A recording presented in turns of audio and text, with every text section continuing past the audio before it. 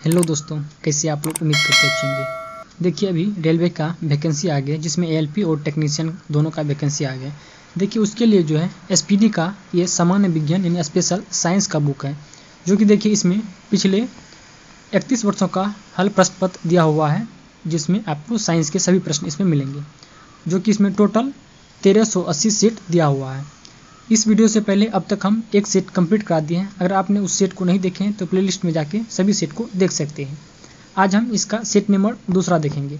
सबसे पहले हम देखिए आपको दिखा देते हैं इसमें कितना प्रैक्टिस सेट है।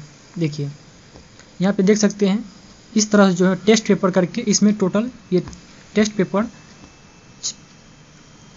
65 वो टेस्ट पेपर दिया हुआ। देखिए यानी कि 65 लास्ट जो है टेस्ट पेपर है। उसके बाद इसमें मॉडल सेट 255 है। अभी हम सबसे पहले टेस्ट पेपर को देख रहे हैं। अभी इस वीडियो से पहले जो है हमने टेस्ट पेपर 1 को देख लिए। आज हम इसमें टेस्ट पेपर 2 देखेंगे। तो देखिए टेस्ट पेपर दूसरा का पहला नंबर प्रश्न में दिया हुआ है। पहला प्रश्न में है, विक्रम साराभाई स्पेस सेंटर कहाँ स्थित है? विक्रम साराभाई स्पेस सेंटर जो है यह कहाँ पे स्थित है? तो ये हो जाएगा आपको त्रिवेंद्रपुरम में। कहाँ हो जाएगा? त्रिवेंद्रपुरम में हो जाएगा। देखिए सभी प्रश्न बहुत ही महत्वपूर्ण है एग्जाम की दृष्टि से, तो आप लोग वीडियो को लास्ट तक जरूर देखिएगा। अगला प्रश्न है, देखिए कवकों का अध्ययन क्या कहलाता है? कवकों का अध्ययन क्या कहलाता है? तो ये हो जाएगा आपको माइकोलॉजी। क्या हो जाएगा? माइकोलॉजी हो जाएगा। सिक्कों का अध्ययन क्या कहलाता है? तो इसका आंसर हो जाएगा ऑप्शन नंबर डी, न्यूमिस्टेमेटिक हो जाएगा। अगला प्रश्न है प्रश्न संख्या 4, सेलुलर और मोलिकुलर जीव विज्ञान केंद्र कहाँ स्थित है? इसका आंसर हो जाएगा ऑप्शन नंबर ए, हैदराबाद में। कहाँ स्थित है? हैदराबाद हो जाएंगे। अगला प्रश्न है, centre for DNA fingerprint and diagnostic अवस्थित है कहाँ पे? तो इसका आंसर हो जाएगा आपको ऑप्शन नंबर डी, हैदराबाद में। कहाँ स्थित है? हैदराबाद में अवस्थित है। अगला प्रश्न है, आधुनिक वर्गीकरण का पिता किसे कहा जाता है? आधुनिक वर्गीकरण का पिता किसे कहा जाता है? तो ये हो जाएगा आपको लिनियस को। किसे कहा जाता है? लिनियस को कहा जाता है। अगला प्रश्न है, कोशिका का अध्ययन क्या कहलाता है? कोशिका का अध्ययन क्या कहलाता है? तो इसका आंसर हो जाएगा ऑप्शन नंबर सी, साइटोलॉजी। कोशिका का अध्ययन क्या कहलाता है? तो साइटोलॉजी कहलाता है। अगला प्रश्न है, कोशिका का सिद्धांत का प्रतिपादन किसने किया था? कोशिका सिद्धांत का प्रतिपादन किसने किया था? इसका आंसर हो जाएगा ऑप्शन नंबर बी, स्लाइडन एवं सोन ने। किसने किया था? स्लाइडन एवं सोन ने कोशिका सिद्धांत का प्रतिपादन किया था। अगला है, सेवालों का अध्ययन क्या कहलाता है? सेवालों का अध्ययन क्या कहलाता है? तो ये आपको फाइकोलॉजी। क्या कहलाता है? फाइकोलॉजी हो जाएगा। अगला प्रश्न है, नेशनल केमिकल लेबोरेटरी कहाँ स्थित है? तो इसका आंसर हो जाएगा ऑप्शन नंबर बी, पुणे में। कहाँ स्थित है? पुणे में अवस्थित है।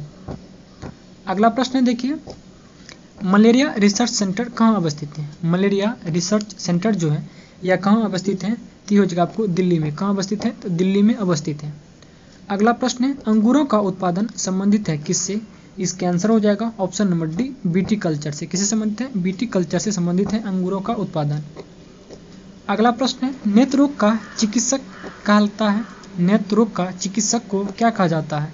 तो इसका आंसर ऑप्शन नंबर बी हो जाएगा आपको ऑप्थल्मोलॉजिस्ट हो जाएगा। कौन हो जाएगा? ऑप्थल्मोलॉजिस्ट। अगला प्रश्न है, वेटनरी रिसर्च इंस्टीट्यूट कहाँ स्थित है? वेटनरी रिसर्च इंस्टीट्यूट कहाँ अवस्थित है? इसका आंसर हो जाएगा देखिए 14 का ऑप्शन नंबर सी हो जाएगा, इज्जतनगर। क्या हो जाएगा? इज्जतनगर हो जाएंगे। अगला प्रश्न है, किस विज्ञान में पक्षियों से संबंधित अध्ययन किया जाता है? तो इसका आंसर ऑप्शन नंबर बी हो जाएगा आपको ऑर्निथोलॉजी। किसमें? ऑर्निथोलॉजी में पक्षियों का अध्ययन किया जाता है। अगला प्रश्न है, प्लाज्मा अनुसंधान संस्थान कहाँ स्थित है? प्लाज्मा अनुसंधान संस्थान स्थित है आपको गांधीनगर। कहाँ पे? गांधीनगर में अवस्थित है। अगला प्रश्न है, राष्ट्रीय डेयरी अनुसंधान संस्थान कहाँ स्थित है? इसका आंसर हो जाएगा ऑप्शन नंबर ए, करनाल में। कहाँ अवस्थित है? तो करनाल में अवस्थित है। अगला प्रश्न है, वायरस का अध्ययन कहलाता है क्या? वायरस का अध्ययन क्या कहलाता है? तो ये हो जाएगा आपको वायरोलॉजी। क्या हो जाएगा? वायरोलॉजी हो जाएगा। अगला प्रश्न है, भाभा परमाणु अनुसंधान केंद्र यानी कि बार्क कहाँ अवस्थित है? इसका आंसर ऑप्शन नंबर ए हो जाएगा आपको ट्राम्बे में। ट्राम्बे कहाँ पे है? तो महाराष्ट्र में। अगला प्रश्न है, नेशनल ब्रेन रिसर्च सेंटर कहाँ स्थित है? इसका आंसर हो जाएगा ऑप्शन नंबर बी, गुरुगांव। कहाँ पे? गुरुगांव में अवस्थित है नेशनल ब्रेन रिसर्च सेंटर। अगला प्रश्न है, जीवों में पाए जाने वाले रोगों का अध्ययन क्या कहलाता है? इसके आंसर हो जाएगा ऑप्शन नंबर ए पैथोलॉजी। क्या कहलाता है? पैथोलॉजी कहलाता है। जीवों में पाए जाने वाले रोगों का अध्ययन कहलाता है पैथोलॉजी। क्या कहलाता है? पैथोलॉजी कहलाता है। अगला प्रश्न है कीटों से संबंधित विज्ञान की शाखा क्या कहलाती है? इसका आंसर ऑप्शन नंबर ए हो जाएगा आपको एंटोमोलॉजी। क्या हो जाएगा? एंटोमोलॉजी हो जाएगा। अगला प्रश्न है जीव विज्ञान शब्द का प्रयोग सर्वप्रथम किसने किया? इसका आंसर ऑप्शन नंबर बी हो जाएगा आपको लेमार्क एवं ट्रेविरेनस ने किया है जीव विज्ञान शब्द का प्रयोग सर्वप्रथम।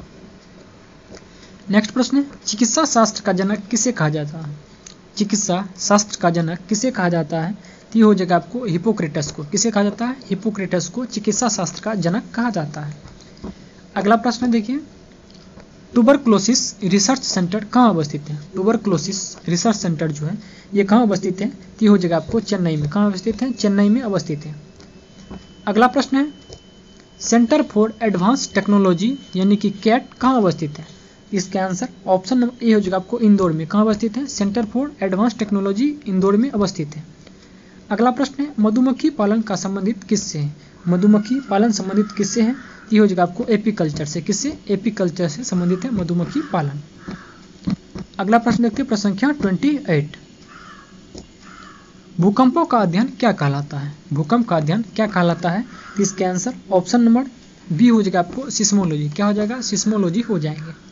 अगला प्रश्न आधुनिक वनस्पति विज्ञान का जनक किसे कहा जाता है? इसका आंसर ऑप्शन नंबर बी हो जाएगा आपको लिनियस को। किसे कहा जाता है? लिनियस को कहा जाता है। अगला प्रश्न है जंतु विज्ञान का जनक किसे कहा जाता है? जंतु विज्ञान का जनक किसे कहा जाता है? तो ये जगह आपको अरस्तु को जो है जंतु विज्ञान का जनक कहा जाता है। अगला प्रश्न है ट्रेडमिल टेस्ट कौन सी चिकित्सा से संबंधित है? ट्रेडमिल टेस्ट जो है या कौन सी चिकित्सा से संबंधित है?